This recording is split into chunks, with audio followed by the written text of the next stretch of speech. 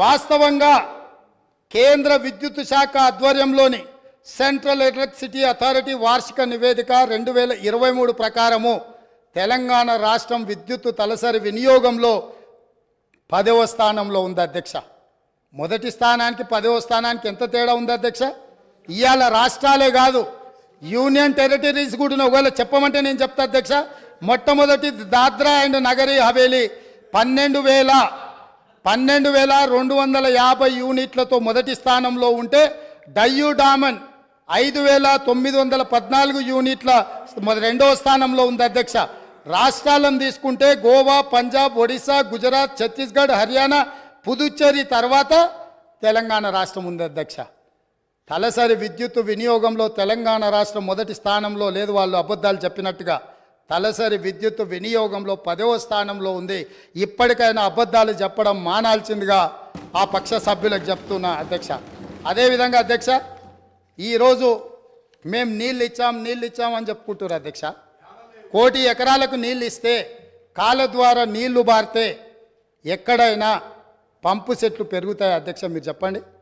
కాలువల ద్వారా మన పొలాలకి నీళ్ళు ఒకవేళ రాష్ట్ర ప్రభుత్వం అందించి ఉంటే, కాలువల ద్వారా ప్రతి ఎకరాకు 1 కోటి ఎకరాలకు నీళ్లు వచ్చి ఉంటే, తెలంగాణ రాష్ట్రం ఏర్పడ్డప్పుడు దాదాపుగా వారి లెక్కల ప్రకారం 19 లక్షల పంపు సెట్లతో తెలంగాణ రాష్ట్రం ఏర్పడితే ఇవాళ 29 లక్షల పంపు సెట్లకు తెలంగాణ పెరిగిందంటే కాలువల ద్వారా నీళ్ళు ఇచ్చినాము, లక్షల కోట్ల రూపాయల ఖర్చు పెట్టినాము, కాళేశ్వరంతో 1 కోటి ఎకరాలకు నీళ్ళు ఇచ్చినామని చెప్పి వాళ్ళు చెబుతున్న కల్పిస్తున్న ప్రచారము శుద్ధ అబద్ధమన్న సంగతి మీ ద్వారా ఈరోజు తెలంగాణ ప్రజలకు చెప్పదలుచుకున్న అధ్యక్ష. నిజంగానే మీరు ఎక్కడి నుంచి అయితే వచ్చిరో, నేను ఎక్కడి నుంచి అయితే వచ్చినో, మన కొడంగల్, తాండూరు, వికారాబాద్, పరిగి, చేవెళ్ళ వరకు ప్రాణహిత చేవెళ్ళ ప్రాజెక్టు పూర్తి చేసి 10 సంవత్సరాలలో మన ప్రాంతానికి చివరి ఎకరాకు నీళ్ళు ఇచ్చుంటే బోరు మోటార్ల మీద, కాలిపోయే మోటార్ల మీద, పేలిపోయే ట్రాన్స్ఫార్మర్ల మీద, ఈ ప్రభుత్వం చెప్పే అబద్ధాల మీద మన ప్రాంత రైతులు బ్రతకాల్సిన అవసరం ఉండేనా అధ్యక్ష? ఆనాడు కృష్ణానది జలాలు, గోదావరి జలాల మీద చర్చ జరిగినప్పుడల్లా ఉమ్మడి రాష్ట్రంలో సమైక్య పాలనలో తెలంగాణ రాష్ట్రానికి వివక్ష సాగుతుంది, నా ప్రాంతం మీద దాడి జరుగుతుంది, నా ప్రాంతానికి రావాల్సిన నీళ్లు రావడం లేదు, మా నీళ్లు మాకు కావాలి అని ఆనాడు తెలంగాణ ప్రజలందరూ కొట్లాడినరు.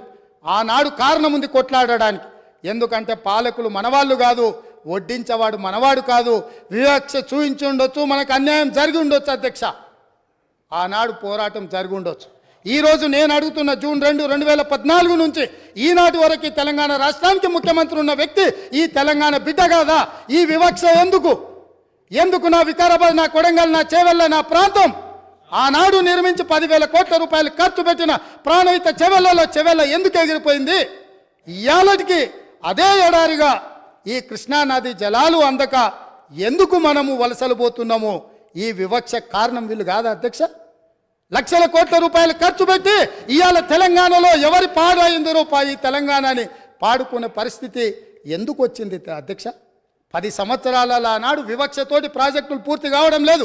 కల్వకుర్తి, భీమా, కోయిల్పాడు, నెట్టన్ సాగర్, ప్రాణహిత చేవెళ్ళ నుంచి మొదలు పెడితే దేవాదుల, శ్రీరామ్ సాగర్, ఇందిరా సాగర్, శ్రీరామ్ సాగర్లో కూడా వివక్ష జరిగిందని ఆనాడు సాగునీటి ప్రాజెక్టుల మీద మాట్లాడుకున్న మనం ఈ 10 సంవత్సరాలల్లా ఈ ప్రాజెక్టులు 100% పూర్తి ఎందుకు కాలేదు? ప్రాణహిత చేవెళ్ళ ప్రాంతానికి నీళ్ళు ఎందుకు రాలేదని మీ ద్వారా వాళ్ళని నిలదీస్తున్న అధ్యక్ష. ఎందుకు నా పాలమూరు రంగారెడ్డి ఎత్తిపోతల పథకం వివక్షకు లోనైంది? ఎందుకు ఇవాళకి నా పాలమూరు ఎడారిగా మారింది? ఎందుకు ఇవాళకి నా పాలమూరు నుంచి వలసలు పోతూనే ఉన్నాయి, వలసలు వెళ్ళే బస్సులు అక్కడే ఉన్నాయి? ఆ పాలమూరు బిడ్డలు కరీంనగర్ నుంచి పారిపోయి ఈ ప్రాంతానికి వలస వస్తే గుండెల్లో పెట్టి చూసుకొని భుజాల మీద మోసి పార్లమెంటుకు మేము పంపిస్తే, పాలమూరులో ఊరు లేకపోయినా, పార్లమెంటులో నోరు లేకపోయినా మేము ఎంపీగా గెలిపించి మిమ్మల్ని పంపిస్తే, మీరు రాష్ట్రం వచ్చినాక ముఖ్యమంత్రి అయినాక 100% గుండెల్లో పెట్టి చూసుకోవాల్సిన బాధ్యత ఆనాటి ముఖ్యమంత్రి గారికి లేకుండేనా? మా పాలమూరు బిడ్డలు చేసిన నేరమేంది? నీకు ఓట్లేసి ఎంపీగా గెలిపించడమేనా? నిన్ను నమ్మి ఆర్జీఎస్ ప్రాజెక్టు ఈ రోజుకు ఇప్పటికీ పూర్తి కాలేదు. ఎందుకు ఇప్పటికీ అలంపూరు ప్రాంతంలో మీరు టెంకాయలు కొట్టిన ప్రాజెక్టులు పూర్తి కాలేదని నేను అడుగుతున్నా అధ్యక్ష. ఎందుకు ఈ వివక్ష అని నేను అడుగుతున్నా. మేము మేము ఎంపీగా గెలిపించకపోయిన ఉంటే, ఆ పాలమూరు జిల్లా ప్రజలు నీకు ఓటు వేయకపోయినుంటే నీ రాజకీయ భవిష్యత్తు ఎక్కడుండేది? ఇయాలను గొప్పలు చెప్పుకునే ఈ అవకాశం ఎక్కడుండేదని నేను అడుగుతున్నా అధ్యక్ష. అందుకే ఈరోజు పాలమూరు రంగారెడ్డి ఎత్తిపోతల పథకాన్ని జాతీయ ప్రాజెక్టుగా సాధించలేదు, రాష్ట్ర నిధులతో పూర్తి చేయలేదు. అందుకే ఈరోజు ప్రతిపక్షంలో ఉన్న మీకు మొట్టమొదట పాలమూరు జిల్లా ప్రజలు క్షమాపణ చెప్పి ఈ సభలో ప్రసంగాన్ని ప్రారంభించనుంటే నిజంగానే పాలమూరు ప్రజలు మిమ్మల్ని క్షమించి ఉండేవాళ్ళం. 2009-10లో కృష్ణానది ఉప్పొంగినప్పుడు, వరదలు వచ్చినప్పుడు, అలంపూరు ప్రాంతంలో కొట్టుకపోయినప్పుడు, అలంపూరు ప్రాంత ప్రజలకు మహబూబ్ నగర్ ఎంపీగా శాసనసభ ప్రతిపక్ష నాయకుడు కల్వకుంట్ల చంద్రశేఖరరావు గారు ఒక మాట ఇచ్చిండ్రు. ఈ ప్రాంతం నిండా మునిగిపోయింది, మీ ఇండ్లన్నీ కొట్టుకపోయినాయి, మీకు ప్రభుత్వం ఇండ్లు ఇప్పించకపోతే బంజారాహిల్స్ నందినగర్లో ఉన్న నా ఇల్లు అమ్మి మీకు ఇల్లు కట్టిస్తా అన్నాడు. మేము ఆయన ఇల్లు నమ్మి కట్టించమని మేము అడుగుతలేము అధ్యక్ష. కానీ ప్రభుత్వం వచ్చిన 10 ఏళ్లలో నువ్వు కట్టిస్తాన్న డబుల్ బెడ్రూమ్ ఇండ్లు ఆ అలంపూరు ప్రాంతంలో మునిగిపోయిన పేదలకు కట్టించి ఉంటే ఈరోజు నీకు ఇక్కడ నిలబడి మాట్లాడే అధికారము, అవకాశం ఉంటుండే. ఇవాళ అలంపూరు ప్రాంతంలో కనీసం ఆ ఇండ్లైనా కట్టించని పరిస్థితి ఈరోజు దాపరించింది. అదేవిధంగా మా పొన్నం ప్రభాకర్ గారు తెలుసు, మిడ్మానేరు ముంపు బాధితులకు కొన్ని సంవత్సరాలుగా వాళ్ళు పోరాటం చేస్తున్నారు, ఆరాట పడుతున్నారు. ఈ రాష్ట్రానికి ముఖ్యమంత్రి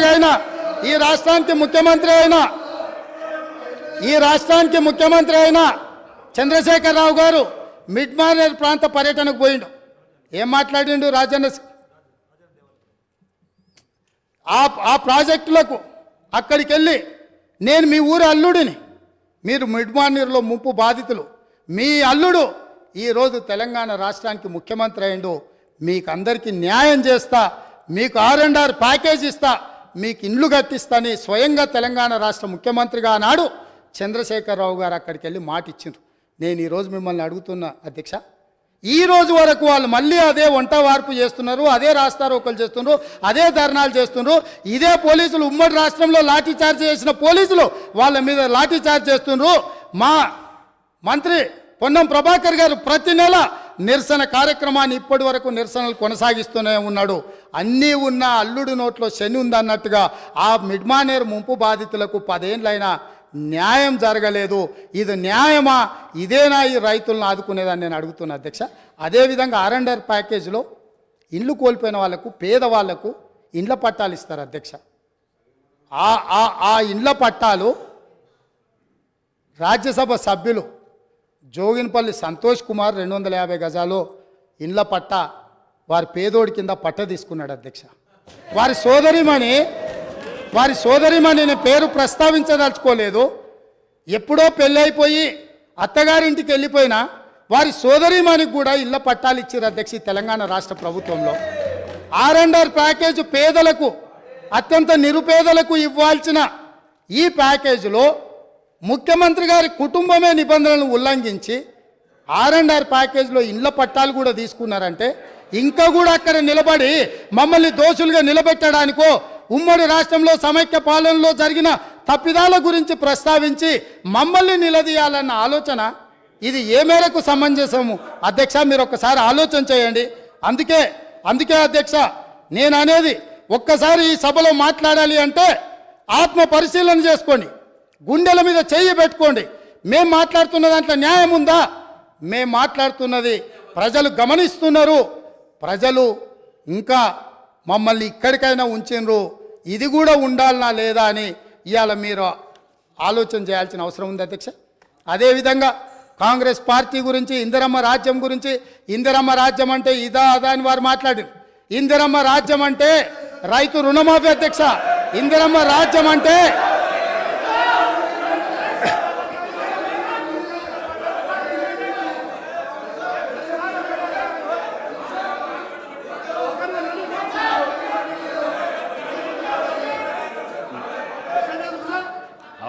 అవకాశం వచ్చినప్పుడు మాట్లాడదు అధ్యక్ష. లీడర్ ఆఫ్ ది హౌస్ మాట్లాడేటప్పుడు అధ్యక్ష, లీడర్ ఆఫ్ ది హౌస్ మాట్లాడేటప్పుడు డిస్టర్బ్ చేయకుండా మీకు అవకాశం వచ్చినప్పుడు మీరు మాట్లాడండి. కొత్తగా వచ్చినావు, కొత్త సభ్యునివి, కొత్త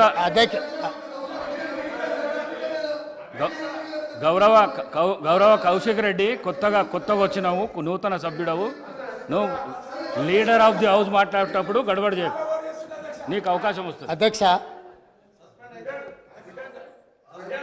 లేదు మనం అట్లేం లేదు, వాళ్ళు వినాల్సిందే, వాళ్ళకి ఇదే శిక్ష.